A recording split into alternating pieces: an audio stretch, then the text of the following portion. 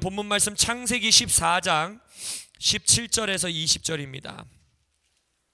영상으로 함께 하시는 분들도 창세기 14장 17절에서 20절 말씀 보도록 하겠습니다. 다 피셨나요? 예, 그럼 창세기 14장 17절에 20절 네 구절의 말씀 저와 함께 큰 목소리로 합독하시겠습니다. 시작.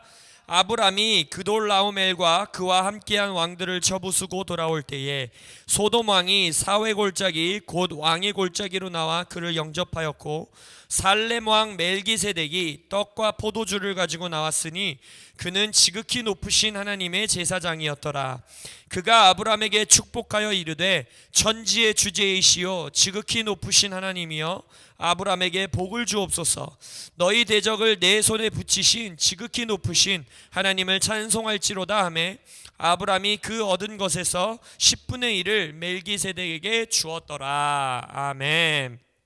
오늘 이 본문 말씀을 가지고 여러분들과 나누기 원하는 설교 제목은 저 재밌는 사진이 보이시죠? 우리 임수아 자매님이 심혈을 다하여 만든 사진입니다. 11조를 꼭 드려야 하나요? 갑자기 생뚱맞게 왜 11조 설교인가 라고 생각하실 수 있는데, 지난주 설교와 이번 주 설교는 두 주간 여러분들과 나누는 것이 뭐냐, 코로나 사태로 인하여서 한국 교회가 직면하게 된 두 가지 가장 중요한 세상으로부터 받는 질문이 있다라는 것입니다. 그것들에 대해서 우리가 성경적으로 또 신앙적으로 어떠한 답을 우리 스스로에게 주어야 하는가, 우리 스스로에게 그 질문에 답할 수 있어야 된다라고 여러분들에게 말했지요. 첫 번째 질문은, 지난주에 여러분들과 나왔던 질문은 뭡니까? 주일에 꼭 모여서 예배해야 되냐는 거예요.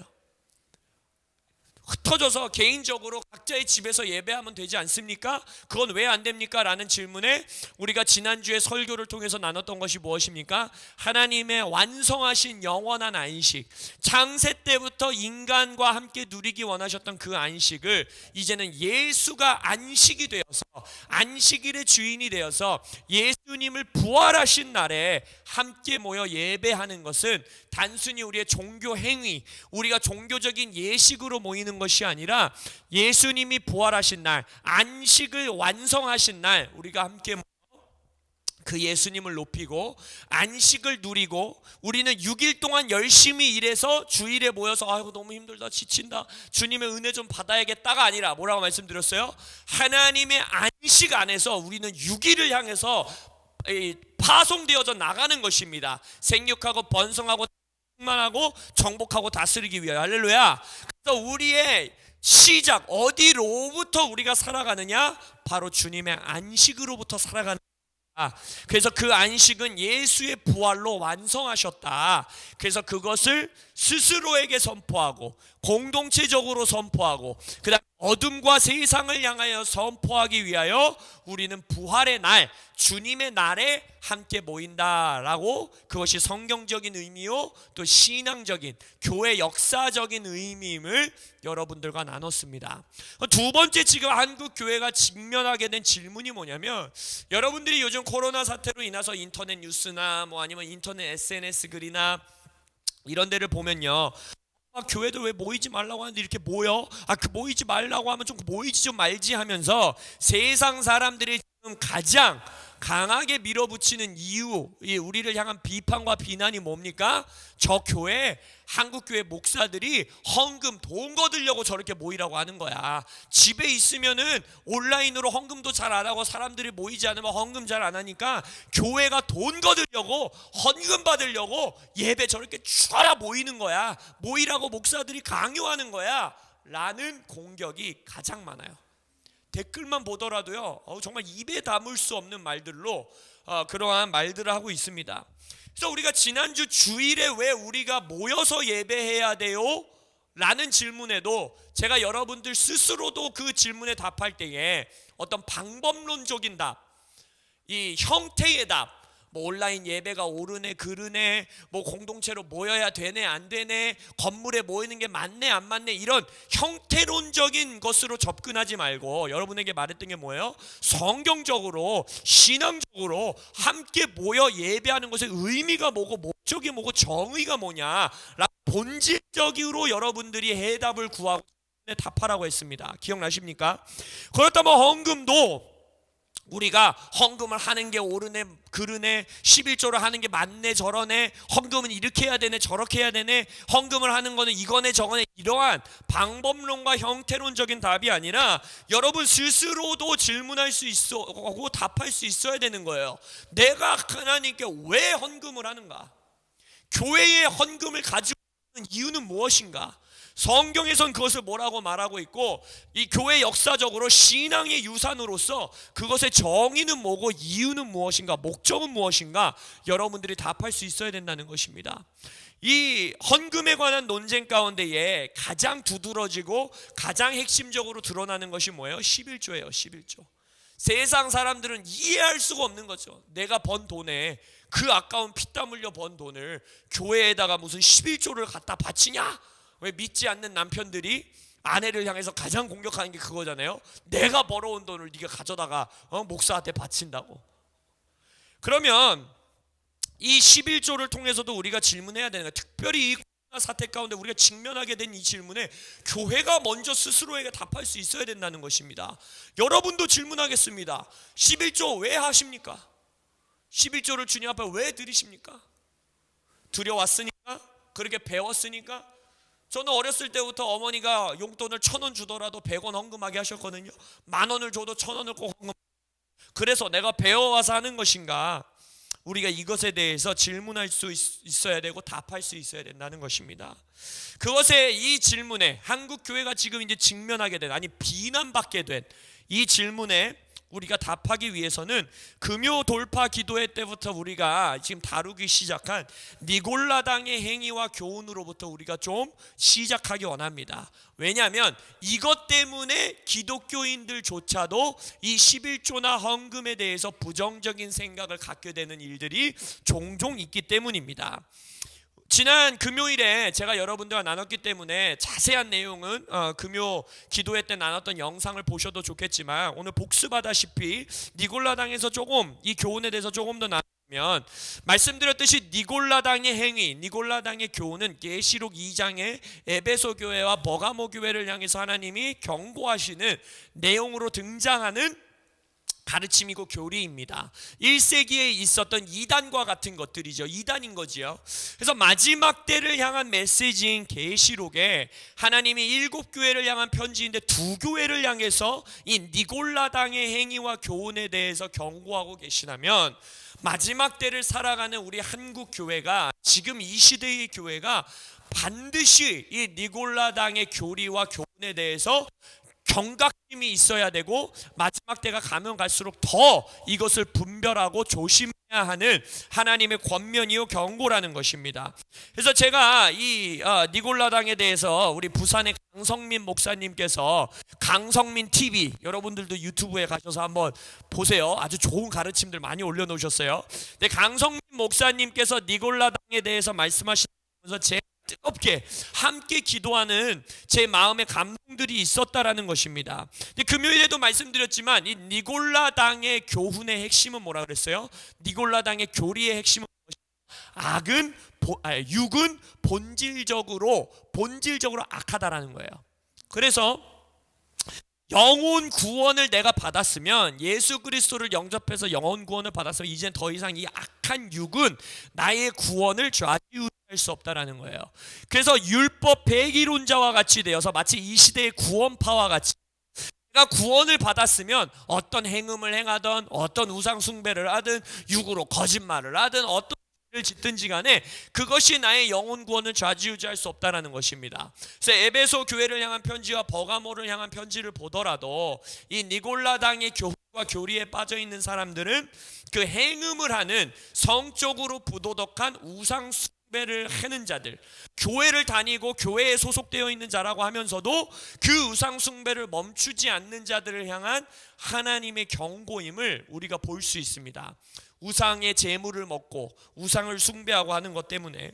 그러면 현대 교회 안에서 우리 구원파 같이 복음주의 교회라고 한다면, 건강한 교회라고 한다면, 여러분들 영혼 구원 받으셨으니 이제 가서 마음대로 죄 지으십시오, 육체는 아무 문제가 없습니다 라고 설교하는 교회는 없겠죠.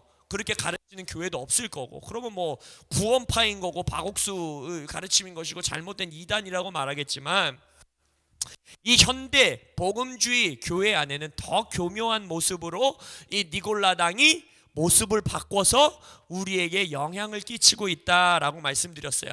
그것 가운데 가장 핵심이 뭐라고 했습니까? 모든 신앙생활, 모든 기독교의 믿음을 내면 세계의 역사로만 축소시키는 겁니다.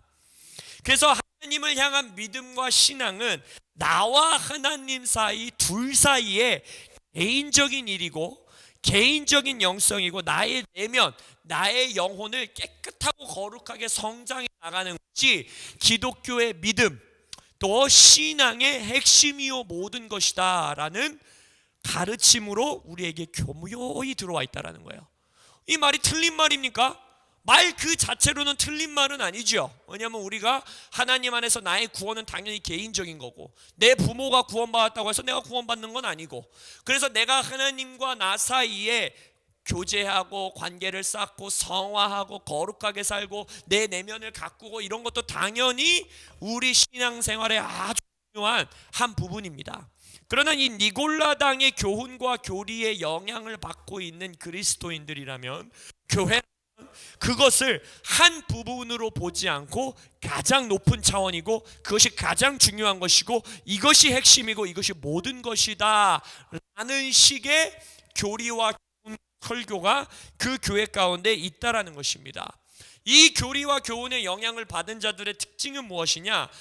그리스도인으로서 눈에 드러나게 한 행위들, 그 다음에 예식들, 예전들, 이런 것들은 중요한 것이 아니라는 거예요. 아니, 더 나아가서 그것들을 강조하는 교회, 그것들을 강조하는 목사들은 다른 의도가 있다. 저것은 신앙이 중요한 것도 아니고 신앙의 핵심도 아닌데 왜 저걸 저렇게 강조하냐? 라고 말하면서 등장한 것이 뭐야? 지금 우리가 직면하고 있는 질문이에요. 왜 이렇게 모이라고 그러냐? 내가 집에서 혼자 기타 치면서 예배하고 주님 사랑하고 주님의 말씀 듣고 착하게 살고 봉사하고 그러면 살면 돼. 왜 이렇게 교회를 나오라 그러냐? 지금 우리가 직면한 질문이죠. 또 하나, 왜 이렇게 헌금을 강조하냐? 내가 헌금 내는 행위, 돈 내는 행위, 이게 무슨 신앙생활에 중요한 거냐? 구약에 그건 율법으로 다 끝난 거다 라고 말하는 것들, 지금 직면하고 있는 질문이죠. 그 가장 핵심적인 두 가지 질문. 그래서 이 니골라당의 교훈 가운데 영향력을 받은 자들은 뭐 주일 성수, 우리가 함께 모이는 모임, 함께하는 교제, 11조, 헌금, 성경 공부, 우리의 이 몸으로 드리는 봉사와 행위들을 마치 적급의 것으로 취급하거나, 다 구약시대에 끝난 것인데 그것을 하는 것은 오히려 율법적인 그리스도인이 되는 것이라고 주장하거나, 아니면 그것들은 잘못된 것이라고 주장하는 일들이 한국 교회 안에서도 심심치 않게 드러난다는 거예요. 그래서 이 니골라당의 교훈으로 인해서 이게 한국 교회뿐만이 아니라 이 말하자면 기독교 역사가 이제 어느 정도 자리 잡은 현대 교회들에는 많이 나타나는 일인데, 기독교 믿음을 마치 세상의 자기개발과 별반 다를 거 없는, 요즘 자기개발 도서들이 엄청 유행이잖아요. 자기개발과 별반 다를 거 없는 도덕적인 신앙과 믿음에 머물게 해버린다는 것입니다. 그래서 나를 스스로를 자기개발해 나가면서 남을 위한 봉사 정도를 하고 착하게 사는, 도덕적으로 사는 것이 기독교의 전부인 것 같이 이 교훈이 교회 안에 흘러 들어온다라는 거예요.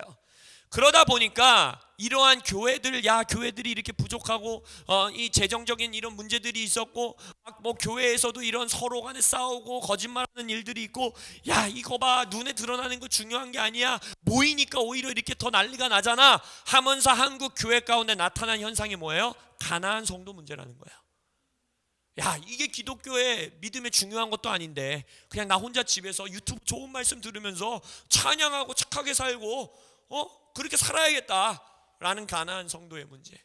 그래서 지금 한국교회 뭐 몇십만이라고 말씀하시는 분들도 있고, 뭐 100만이라고 말씀하시는 분들도 있고, 나는 그리스도인입니다, 크리스찬이라고 말하고 있지만 교회 공동체에 소속되어 있지 않는 이 문제, 이것이 바로 뿌리가 뭐냐, 근원이 뭐냐, 니골라당의 교훈이요 니골라당의 가르침이라는 것입니다. 그럼 우리가 질문해야 되죠. 과연 기독교 신앙은 나의 내면 세계에 관한 문제만을 말하고 있는가? 내면 세계에서 일어나는 일 가운데 머무는 것이 기독교의 신앙이고 기독교의 가르침인가? 우리가 금요일에도 말씀드렸죠. 창세기 1장부터 아니라고 하나님은 말하는 거예요.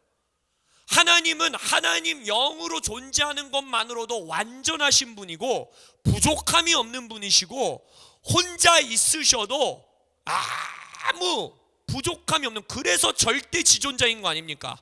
하나님이 뭐 예로해서 인간을 창조하셨어요? 사랑을 받으셔서 갈급하셔서 인간을 창조하셨어요? 아니지요. 하나님의 하나님 되심, 하나님의 완전하심을 드러내시는 것으로 하신 게 뭐예요? 물질 세계를 만드신 겁니다. 이 세상을 창조하신 거예요. 그리고 자신의 모양과 형상을 닮은 육신을 입은 인간을 창조하신 거예요. 그리고 뭐라고 했어요? 참 좋더라, 보기 좋았더라 라고 고백하시는 것이 우리 하나님이시라는 겁니다. 우리가 믿는 하나님이 그렇다는 거예요. 율법을 가지고도 한번 생각해 볼까요? 척 피어스 목사님과 로버트 하이들러 목사님이 저술하신 풍요의 때에 율법에 대해서 이렇게 말씀하십니다. 하나님의 도덕 법칙들은 영적 실제를 묘사한다.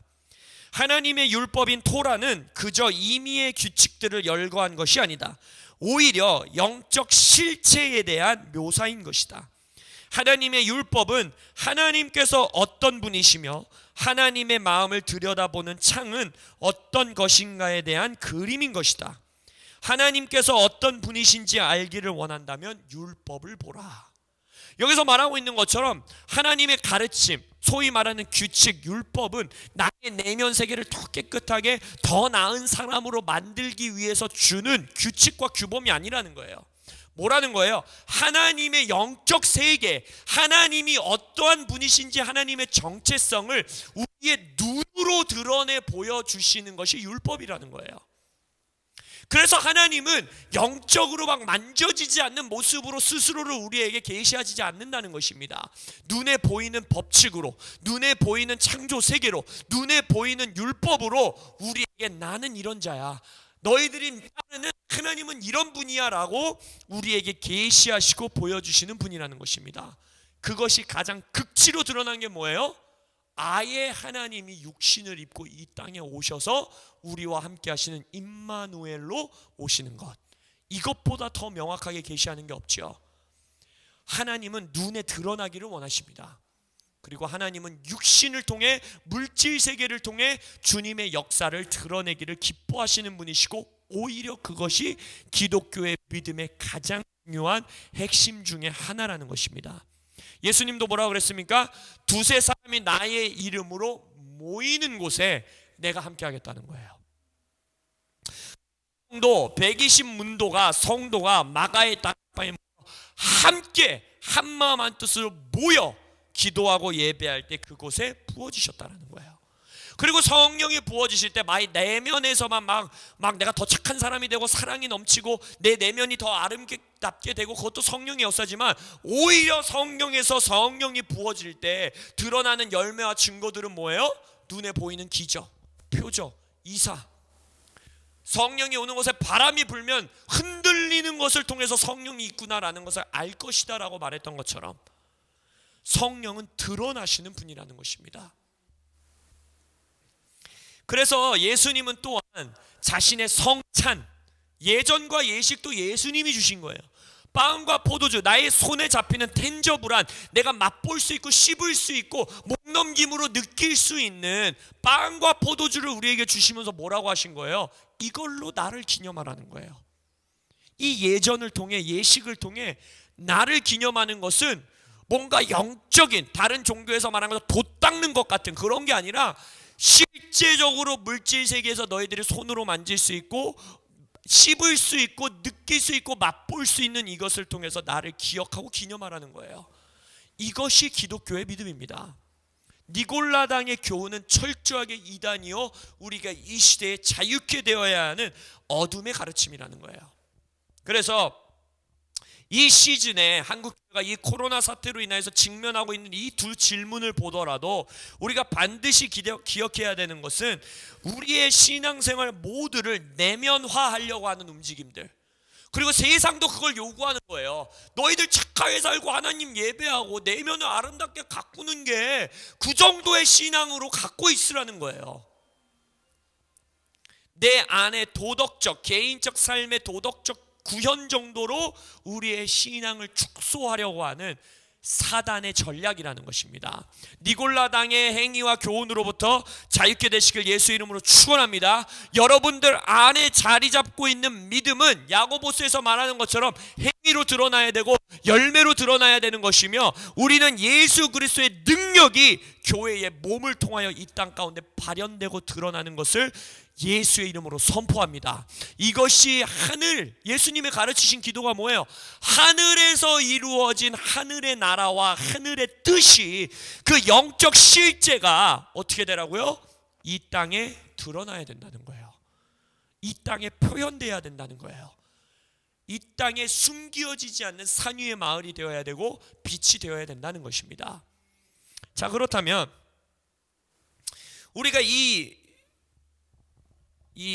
니골라당의 교훈의 근원을 두고 뿌리를 대고 우리를 비난하고 있고 공격하고 있는, 마치 교회가 무슨 11조와 헌금을 막 걸어가지고 목사가 막 자기의 욕심을 채우려고 그러고 막 교회 건물 막 크게 지어가지고 막 교회의 욕심을 채우려고 한다라는 이것에 대해서 우리도 그 비난에 대해서 어떻게 그런 말을 할 수 있어? 막 분노를 낼 것뿐만이 아니라 그 질문에 우리 스스로 답을 할 수 있어야 된다는 것입니다.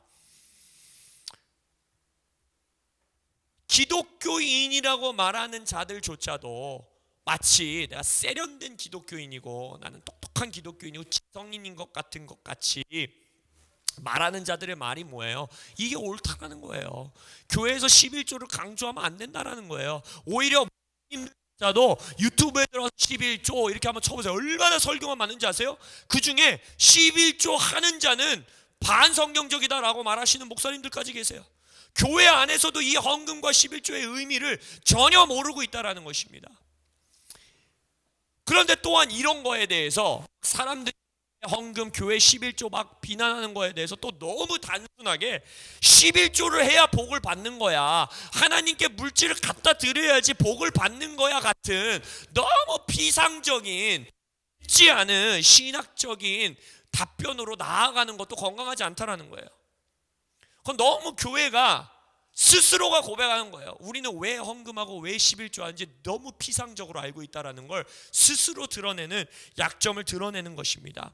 그래서 우리는 아까 처음부터 말씀드렸던 것처럼 방법론적, 형태론적 답으로 피상적인 신학적인 논쟁으로 이것을 질문에 답을 해서는 안 됩니다. 우리는 본질로 돌아가야 돼요. 성경이 말하고 있는 헌금은 무엇인가?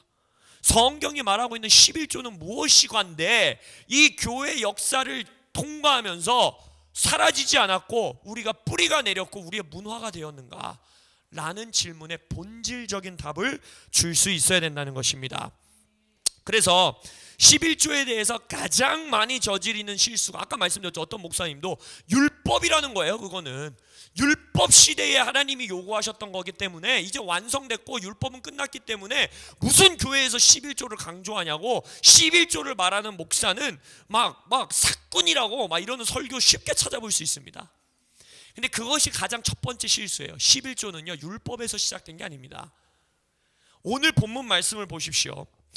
제가 여러분들에게 성경 이 가르침을 드릴 때마다 계속해서 언급하는 게, 성경에서 특정 주제, 그 다음에 지적인 처음 등장하는 그 부분이 매우 중요하다라고 여러분들에게 말씀드렸죠.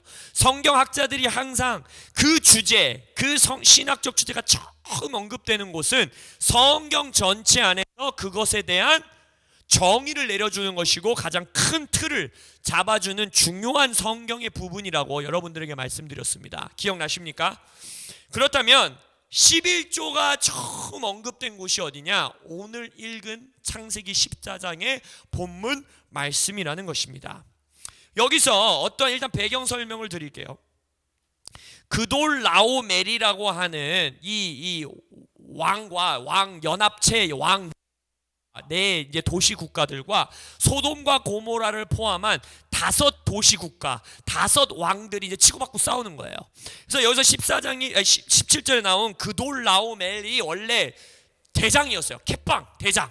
그래서 이 왕이 모든 도시 국가의 왕들을 다스리고 가장 강력한 도시 국가였는데, 소돔과 고모라와 또 몇몇 이 도시 국가들이 이제는 반항하는 겁니다. 이제 우리는 이 왕에게 순복하고 싶지 않다, 이러면서 전쟁을 일으켜요.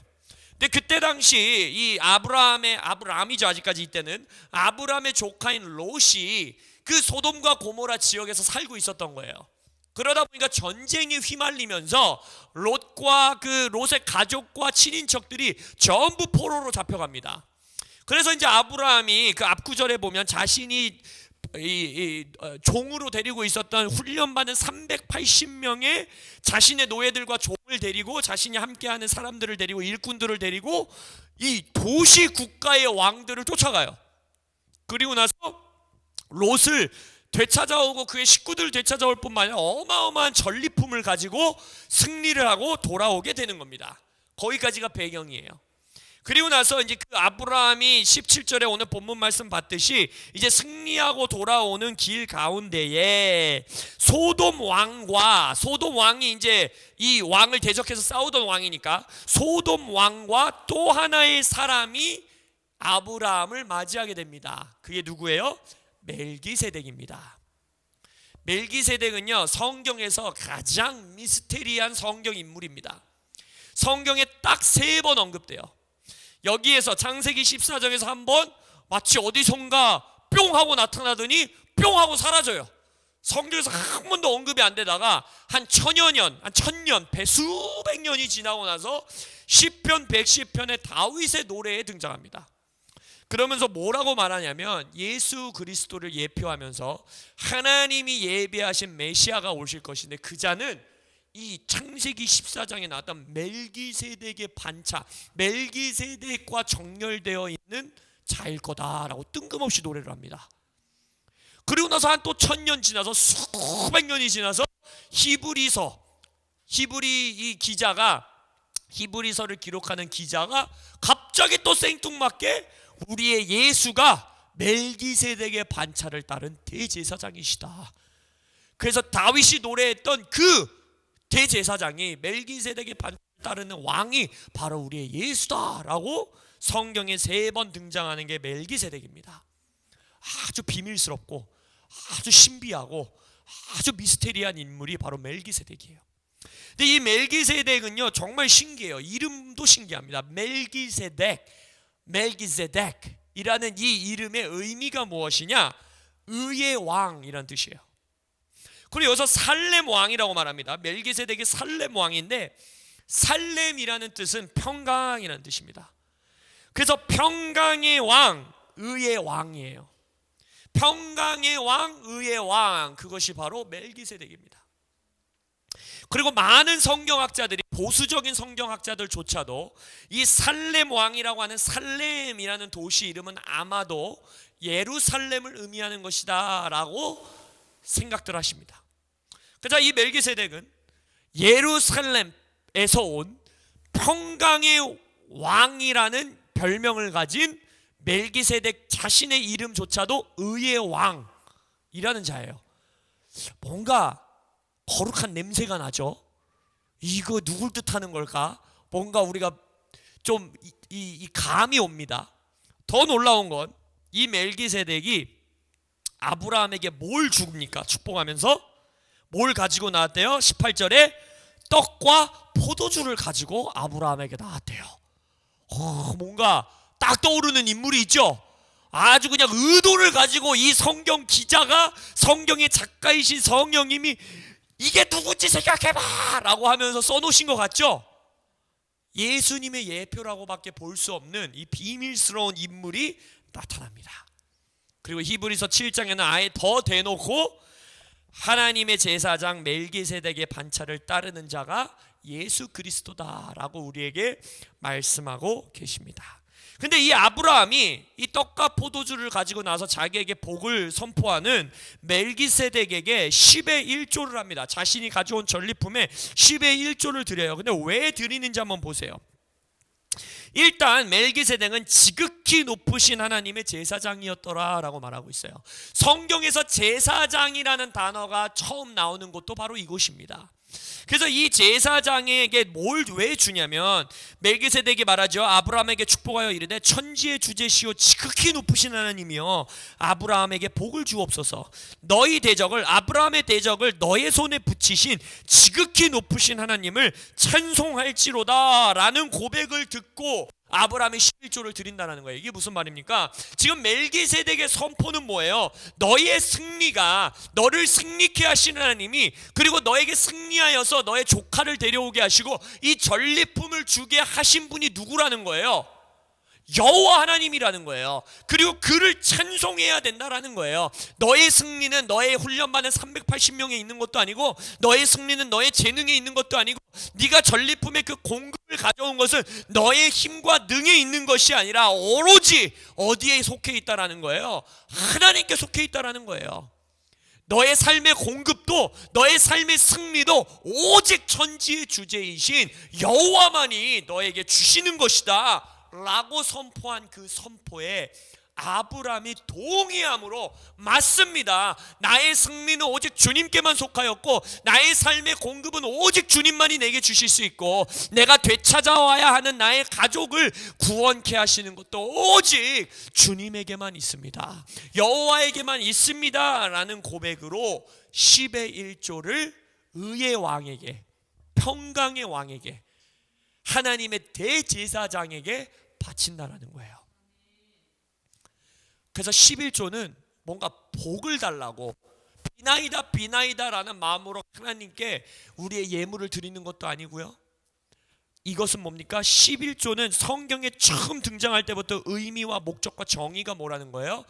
나의 왕이 나의 인생의 주인이 여호와 하나님이십니다 라는 것을 고백하는 행위, 헌금, 그것이 바로 10의 1조의 헌금이라는 것입니다.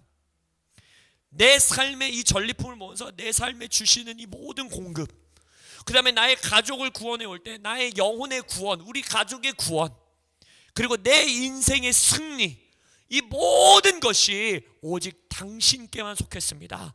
당신이 나의 인생의 주인이십니다. 당신이 나의 공급자 되십니다. 당신이 나의 구원자 되십니다. 하나님 당신이 나의 왕이시오 주인이십니다 라는 고백이 바로 소위 말하는 11조 헌금이라는 것입니다.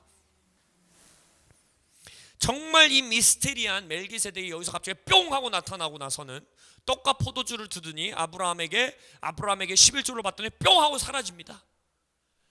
그리고 약 1000년이 지나고 나서 시편 110편 4절에 너는 멜기세덱의 서열을 따라 영원한 제사장이라 라는 예수님을 향한 예언이 선포됩니다. 그리고 나서 히브리서 7장에서 예수 그리스도는 우리의 대제사장 되신다. 마치 레위 지파의 대제사장이 너희들의 1년에 한번 지성소 안으로 이 죄를 가지고 가서 살아나왔을 때에 너희들의 죄가 사하여졌던 것 같이 예수도 너희들의 대제사장으로서 그 성소 안으로 정말 들어가서 죽은 채로 머물지 않으시고 모든 죄를 십자가에서 사하시고 살아나오셨기 때문에 부활하셨기 때문에 예수가 너희들의 대제사장 되셨다라는 고백을 하는데 재밌는 고백을 해요. 그런데 예수가 너희들의 대제사장인데 레위 지파의 대제사장이 아니라는 거예요. 너희 레위 지파는 인간의 모형이었고 이 땅에 예수 그리스도를 예표하는 모형적인 너희들에게 주어진 하나님의 율법이고 모습이지만 예수는 레위 지파를 따르는 자가 아니요 누구의 반차를 따르는 대제사장이라는 거예요? 멜기세덱의 반차를 따르는 대제사장이라는 거예요. 그게 왜 중요하냐? 히브리서에서는 굉장히 재밌는 말씀을 나눕니다. 히브리서에서 성경은 성경으로 해석하셔야 됩니다. 아멘. 여러분의 생각으로 하면 안 되고 성경은 성경으로 해석해야 되는데, 요 창세기 14장의 사건을 히브리서 기자가 말해요. 그래서 뭐라고 말하냐? 히브리서 기자가 아브라함이 멜기세덱에게 10의 1조를 바쳤을 때에 재밌는 표현을 해요. 아브라함의 태 속에 이미 레위 지파가 있었다라는 거예요. 그러면서 거기서 영어 단어로 sperm이라고 하는 정자라는 단어가 어근으로서 나온 씨앗이라는 단어를 써요. 그래서 아브라함의 씨로 이미 레위는 그의 태 속에 있었다는 거예요. 그래서 아브라함이 10의 1조를 멜기세덱에게 바칠 때 레위인도, 레위 지파도 10의 1조를 멜기세덱에게 바친 거야 라는 편지를 써요, 히브리서에. 그러면서 뭐라고 말하냐? 그래서 예수 그리스도는 레위 지파를 따른 대제사장이 아니라 왕이자 제사장인, 이게 중요한 거예요. 이 멜기세덱은 어떤 사람이에요? 살렘 왕이에요. 평강의 왕이에요. 이름조차도 의의 왕이에요. 근데 지극히 높으신 하나님의 제사장이에요, 동시에. 이게 왜 중요하겠어요? 왜 중요해요, 여러분? 왕과 제사장이 동시에 예수 안에, 정체성 안에 있다는 게 왜 중요합니까? 여러분이 왕과 제사장이니까. 예수님이 첫 열매로서, 우리의 첫 열매 되심으로써 베드로 사도와 이 모든 사도들이 우리에게 뭐라고 말하는 거예요? 바울 사도가 너희들도 예수가 그러한 첫 열매였기 때문에 왕과 같은 제사장이요, 너희들이 왕이요, 하나님의 나라요, 하나님의 제사장이더라 라고 말하는 거예요. 그렇기 때문에 이 멜기세덱은 철저하게 예수님을 드러내는 자이고 예수님을 예표하는 자라는 것입니다. 그래서 멜기세덱이 떡과 포도주를 아브라함에게 주었던 것처럼 예수님이 이 땅에 오셔서 하나님의 왕이시요 하나님의 제사장으로서, 우리의 대제사장으로서 자신의 살과 피를 나타내는, 상징하는 떡과 포도주를 우리에게 주면서 멜기세덱이 의의 왕이요 평강의 왕이었던 것처럼 예수 그리스도가 우리의 의의 왕이요 평강의 왕이요, 그리하여 우리의 삶의 주인 되시며 우리의 삶의 왕 되십니다 라는 것을 고백함으로 우리는 11조를 드리는 것입니다. 이것은 복받기 위해서, 내 삶이 형통케 위하여, 내 삶에 돈 많이 벌기 위해서 비나이다 라는 마음으로 드리는 헌금 자체가 아니라는 거예요. 이것은 무엇을 고백하는 것이냐? 내 삶의 모든 공급, 모든 필요, 나의 삶에 가지고 있는 주께서 공급하신 것은 10분의 1을 따로 떼어서 주님 앞에 내어드린다라는 것은 내 인생의 모든 필요, 아까 아브라함이 전리품을 취하듯이 내가 필요한 모든 것들 주께서 공급하시는 것을 믿습니다. 나의 힘으로 그걸 얻어내는 것도 아니고 내 인생의 380 훈련받은 자들을 통해 내 힘, 내 노력, 내 노하우, 내 어떠한 재능으로 그것을 취해오는 것이 아니고, 또 내 삶에 뚫어내야 되는 승리, 내 삶의 이 싸움 가운데 이겨내야 되는 승리, 이것도 내 힘으로 하는 것이 아니고, 구원받아야 되는 내 가족, 구출받아야 되는 내 가족, 내 영혼의 구원도 내가 노력하고 내가 힘써서 이루어내는 것이 아니라 지극히 모든 것이 속해 있음을, 당신이 나의 왕이심을, 주님이 나의 공급자시고 구원자이시고 주인이심을 내가 고백합니다. 나의 떡과 포도주 대신 살과 피를 흘리신 예수 그리스도 의의 왕, 평강의 왕이시여 나의 고백을 받으시옵소서 라는 고백으로 드리는 것이 바로 우리의 11조라는 것입니다. 그래서 이 시대에 이 니골라당의 교훈을 통해서 한국 교회를 향해 비난하고 있는 이 두 가지, 주일에 함께 왜 모여야 되냐, 왜 모여서 예배해야 되냐, 왜 몸으로 모여야 되냐, 또한 너희들 왜 이렇게 헌금을 강조하냐, 헌금 니는 왜 이렇게 돈 거두려고 하냐 라는 이것 가운데에 그 우리가 결국 영성을, 신앙을 개인의 신앙생활로 축소하기 때문에 생기는 문제들인 거예요. 니골라당의 뿌리가 있는 거예요, 그게. 그러나 우리는 교회는 몸이라는 것을 믿는 것입니다. 그리고 교회는 나 개인의 신앙생활을 위해서 나 개인을 더 나은 자로 만들어주기 위해서 존재하고 있는 자기개발센터가 아닙니다. 종교 동아리가 아닙니다. 오히려는 몸으로서 하나님이 말씀하신 성경에서 계시해 주신 예수 그리스도의 발자취를 따라가는 공동체가 바로 교회라는 거예요. 몸이라는 거예요.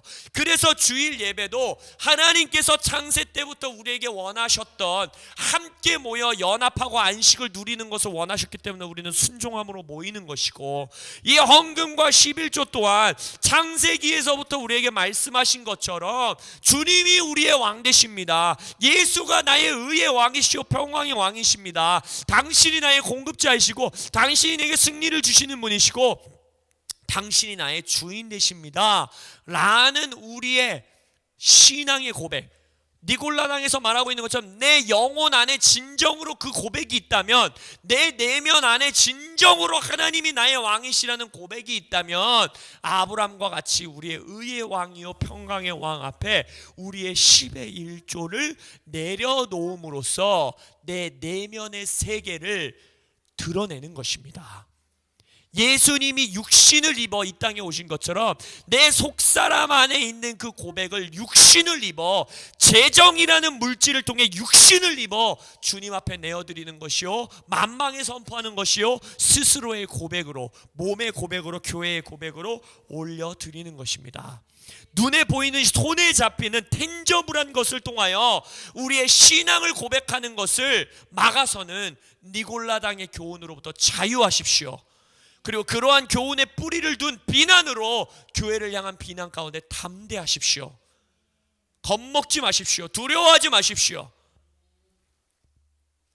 11조는, 나의 헌금은 내 삶이 주님의 통치 아래 있음을 고백하는, 그 주권을 주님 앞에 선포하여 드리고 고백하여 드리는 우리의 고백인 것이요, 우리의 헌신인 것입니다. 11조를 드리는 자는 이렇게 고백하는 거예요.